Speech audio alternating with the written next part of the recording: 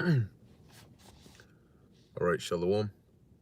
First and foremost, I want to give all praises, honor, and glory to Yahweh, Bahasham, Yahweh Shai, Bahasham, Rakha Kodash. Double honors to the elders and the apostles of Great Millstone, and peace and blessings to the elect. And the title of this lesson is An Eye for the Truth. Okay, an eye for the truth. And I was just meditating upon this title, An Eye for the Truth, which is something that, as we always say, it's all about the elect in that sense. That when we push this word and we prophesy and we teach, we're looking to gather the elect from the four corners of the earth. Now, the elect. There's a reason why we always talk about the elect, because you have a lot of individuals that they don't they don't like the term or like to hear talks about the elect, because for them, they want the more the merrier, right? But that's not how the Lord designed this truth. And ultimately, the elect are the ones that are going to have an eye for this truth. And what that means is that of all these different doctrines and all these different philosophies and all these different influences that are out here that can get you to fall out, or to lose your spot, or lose the ability to continue to push the work of the Lord, the elect will stand firm because they have an eye for the truth. They know how to spot the truth, and they know how to spot the lies, because there's a special spirit that the Lord made his elect with. All right, that's why they were preordained from the foundation of the earth, of the world, because when they were created differently than everybody else. So in all their generations, they have a certain for example's sake, a certain elect mark upon them, that whatever generation they come in, they're always going to remain that elect. It doesn't change. It doesn't matter if you come as a Levite and then a Judite and then a Benjamite in a different lifetime. If your spirit has that mark of the elect, it's going to stay that way. Now, I have a priest. I'm going to start off actually with this. I had something else, but the spirit just led me here. And ultimately, the elect are led of the spirit. That's why we call ourselves the hopeful elect, because we know according to the scriptures that there are certain things that the elect of the Lord will be doing. There are certain things that they won't do. Right? So for you to understand the scriptures, right, for the Lord to open up our minds to understand these scriptures and to accept and believe in the doctrine wholeheartedly, that's not for nothing. Because that means that your chances of being of the elect are high if you continue in those ways. Okay, because the scriptures say many are called but few are chosen. So ultimately, you may come into this truth, the actual truth, you believe it, you hear it, you say, yo, this resonates with my spirit. That's how you get the true, sincere brothers and sisters. Those that the truth resonates with their spirit. So they don't need to put on an act for somebody else. And they move the same way they gotta move. The same way you move off camera, the same way you move on camera. Meaning that you don't become a nigga or a demon right when the camera goes off, and then when it comes on, you act like you're this holier than thou Israelite. Because if it resonates with your spirit, then however you move in your regular day-to-day life really won't be that different than how you are in this truth. If you're an honest individual, you're going to be honest in real life, in your day-to-day life, and you're going to be honest in this truth. If you're sincere, guess what? Even when nobody's watching, you're going to be doing things that are benefiting you or helping you grow in the knowledge of Yahweh Ba'ashem Yahweh Shai. You're going to take initiative. You're going to take it upon yourself to deal in the spirit of the Lord. You're not going to need somebody to come and get on you to do something. It's understandable if you're new, right? And you just came into the truth. But even then, you see, because you have some newcomers that make everybody when they're new to something makes errors. But sometimes there are people that make a lot of errors, and they may get corrected, a lot of times. And it doesn't always mean that they're just hard-headed or rebels. But sometimes it just means that they want to grow. They're desiring it so much that they're here, not being a busybody, and not seeking out too much, but they're ready to do what needs to be done. And sometimes that zeal might make them overzealous, and they might end up having to get rebuked and show, no, you don't do it that way, you do it this way. But one thing you can take from that is, hey, at least this individual is willing to do something. They might have done it wrong, and if you correct them and they take heed, you can at least note that, hey, at least they took the initiative to want to do something. Not saying just go out there and start doing whatever you want. Now, this is the book of Revelation, and it's the 14th chapter, I believe, but I'm trying to find, let's see. Oh, Salakia, Revelation 14 and... Just give me 1 second. There we go. Revelation 14 and 1. And I looked, and lo, a lamb stood on the Mount Zion, and the lamb represents Yahushua. How do we know that? When you read in the book of Revelation, the 5th chapter, Yahushua is that lamb, that sacrificial lamb that was sacrificed for the sins of the nation of Israel, starting with the elect. There you go with the elect again. And everybody's going to see why the elect are special, especially in the times we're coming into, because the elect are also known as the Lord's chosen, right? The Israel of God, the true worshipers. So when things go down, pursuant to 2 Ezra 16, then shall they be known who are my chosen. And people are going to know even from now, before we get into the kingdom, who the Lord is dealing with. And that's going to be what? His elect. And ultimately, when we get to the kingdom, it's going to be very evident who the Lord is dealing with, and the level he's going to put his elect on. And that's why from the foundation of the earth, he made their spirits to be different.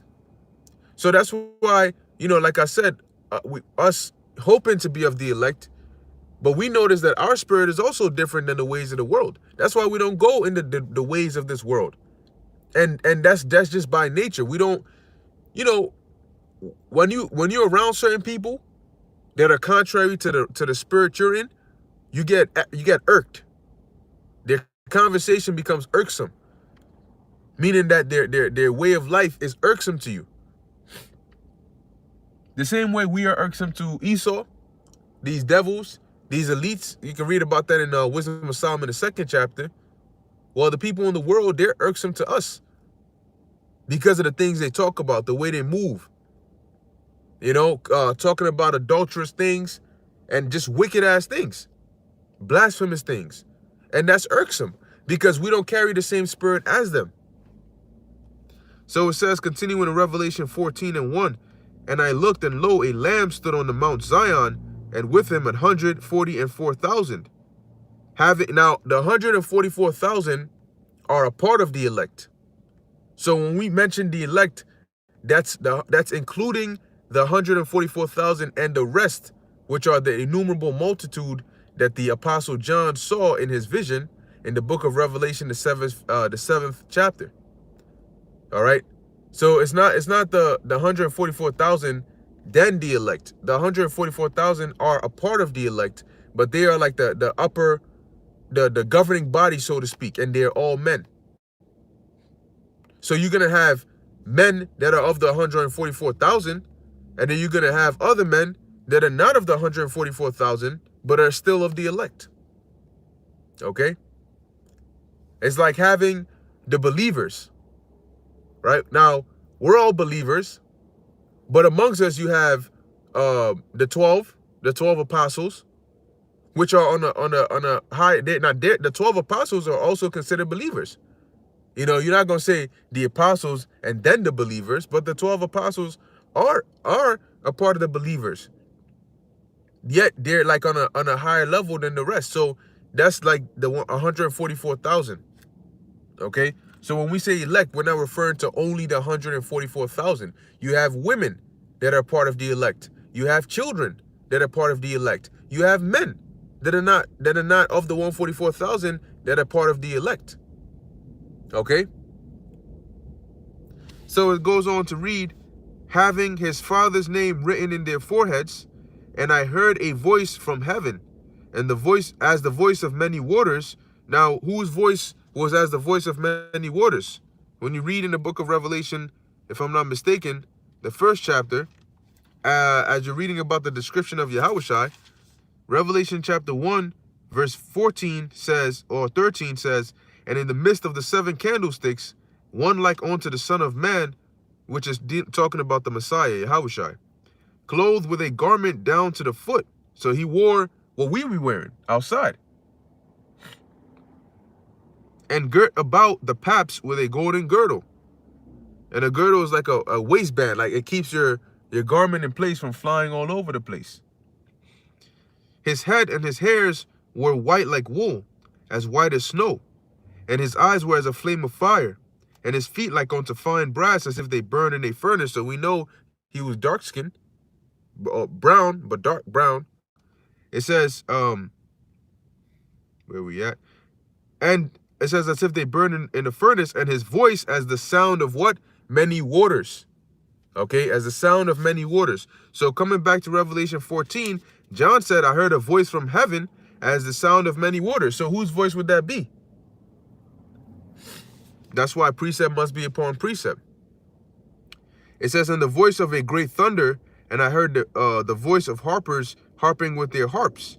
And they sung, as it were, a new song before the throne, and before the four beasts and the elders, and no man could learn that song but the 144,000 which were redeemed from the earth. And that song is ultimately this truth. There's a scripture that says, we have piped unto you, but ye have not lamented, if I'm not mistaken. All right. And I think in Ezekiel it says, we are unto them as a very lovely song. So that's what this truth is. Now it says, verse 4, these are they which were not defiled with women. Now this women in here is not talking about actual physical women, but it's dealing with philosophies. How do we know that? Well, when you read the book of Proverbs, I believe the 5th chapter, also the 6th chapter, and maybe the 7th chapter, when you read those chapters, it deals with women or philosophies, but it describes those philosophies as women.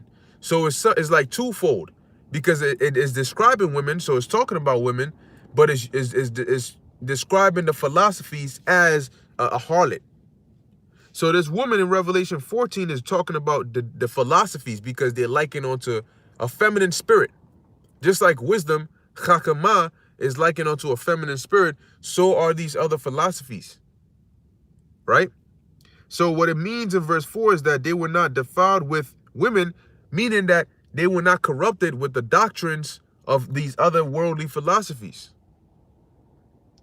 For they are virgins, meaning they are pure in spirit. That's why the scriptures say, in whose spirit there is no guile, and that the Lord imputeth not iniquity upon the elect. All right? It doesn't mean that you popped a woman. So hold on a second though. Hold on a second. Let's deal with Apostle Peter. Did he not have a wife? So what? He said, sorry, Lord. Peter's the head of the church. Peter is King David. So is he not going to be of the elect because he popped women? Come on, man. So it says here, these are they which follow the Lamb whithersoever he goeth.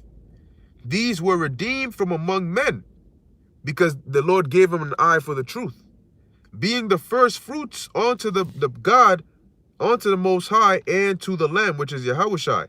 And in their mouth was found no guile, for they are without fault before the throne of the Most High. You see that? And that's why the Most High says he ain't going to let us know who the elect is, but he'll give us the hope of the elect But he ain't going to let us know exactly who's of the elect, because you read a scripture like this, you say, well, the Lord told me I'm already of the elect, so it doesn't matter what I do, I'm going to be delivered. And I ain't going to be faulted before the throne of the Most High. Well, if you knew that, would you really go as hard? Because the drive to serve the Lord mainly comes from what? The fear of the Lord. Fear of you not being of the elect. Fear of you not making it.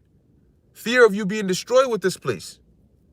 But if you know that it doesn't matter what you do, you're going to be delivered, then you know that, well, if I didn't do a video today, I'm not really risking my salvation because I already got it.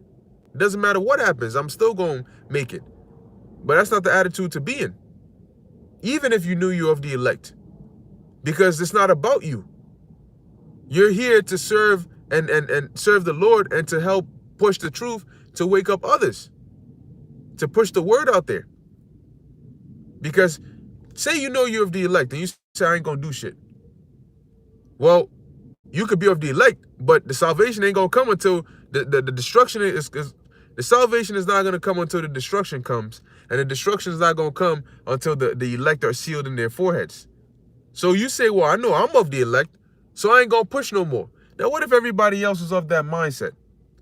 What about the rest that haven't woken up to haven't been sealed in their head, as it says in Revelation 7?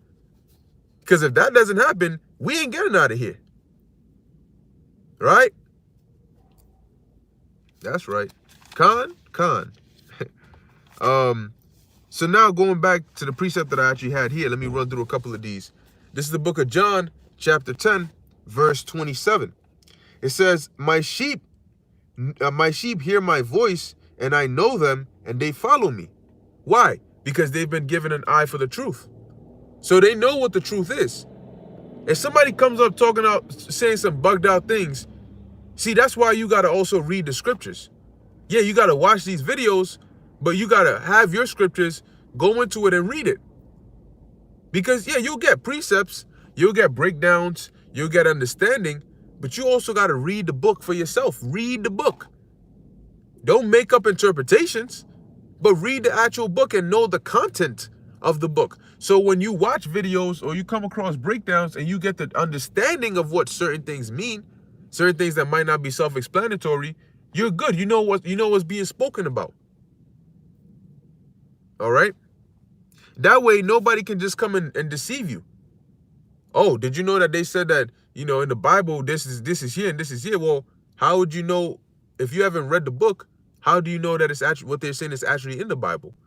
And if somebody just comes up to you telling you the scriptures say this, well, then you got to ask them, if they're a true man of the Lord, they won't have a problem with this. But you got to ask them, can you show me where that is? Can you prove that to me? 1 Thessalonians 5:21. I want to go look at it myself. And if they're a man of the Lord, they won't have a problem with that, because we speak according to the precepts and the ordinance of the Lord. So every time we speak, it's by habit. We bring out a precept to back up what we're saying. So we do that regularly. All right. We do that regularly. So you ain't going to have, if you ask one of us, oh, well, you said this, but can you show me where that is in the scriptures? We will gladly show you that.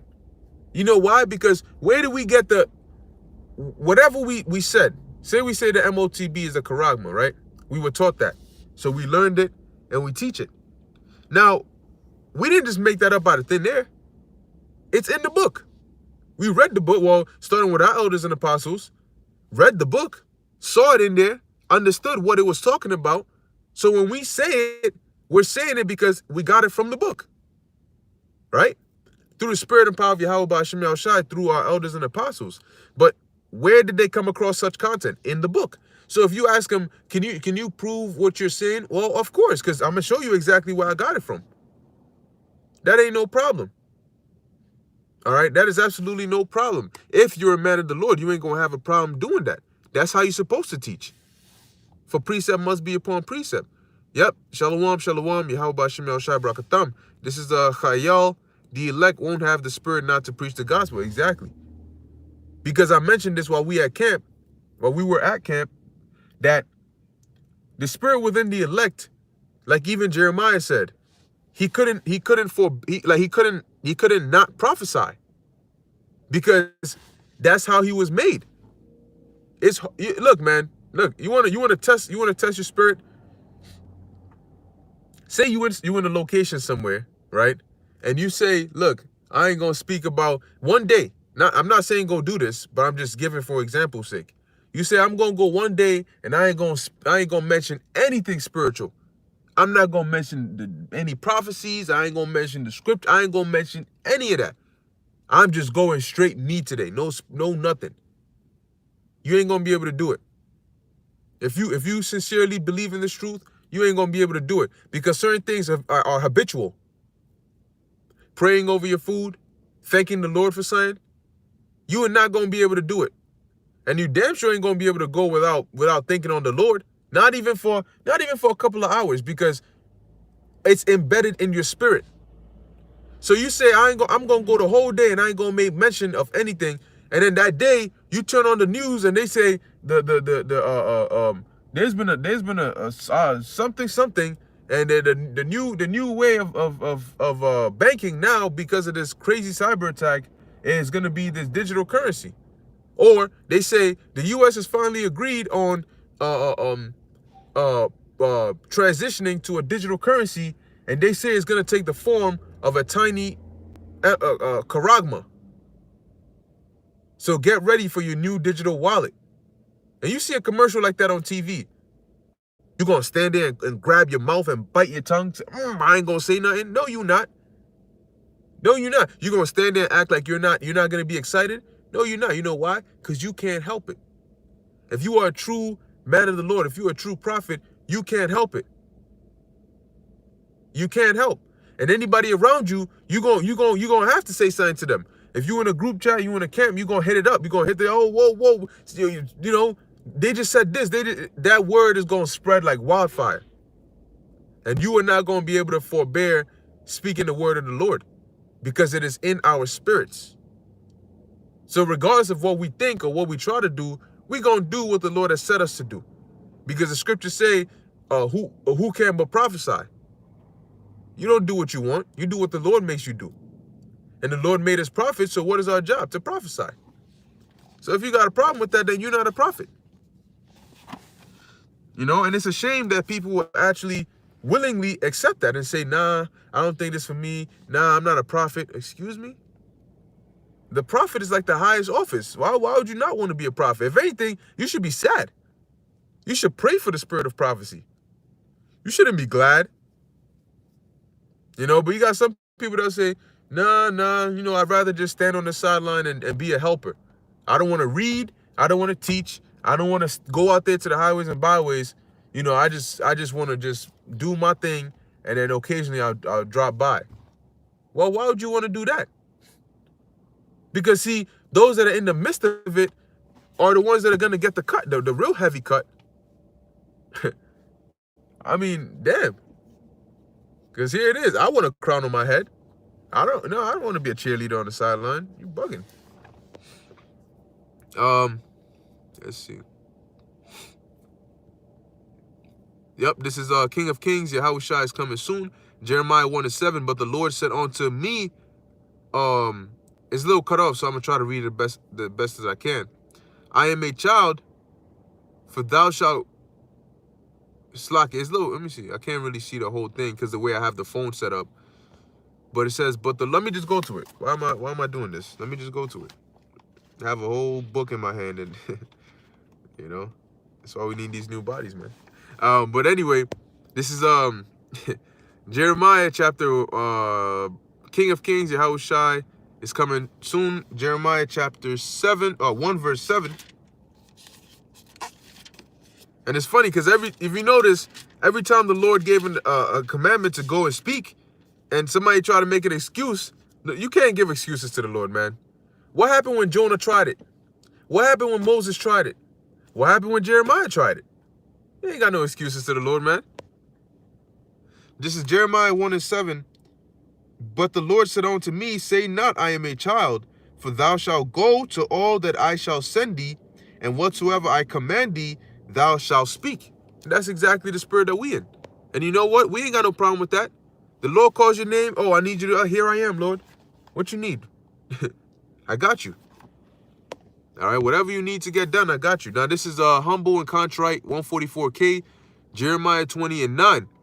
Then I said, I will not make mention of him, nor speak any more of his in his name, but his word was in my heart as a burning fire shut up in my bones. You can't pay me $1 million.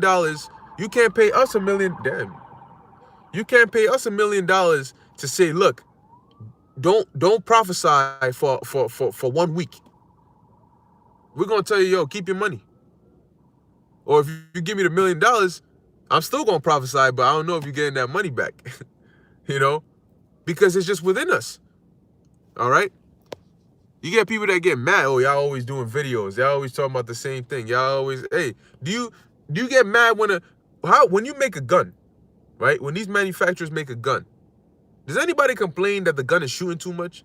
They may say it's too much violence, but if the gun shoots, oh damn, the gun is shooting again. I thought it would have been done shooting by now.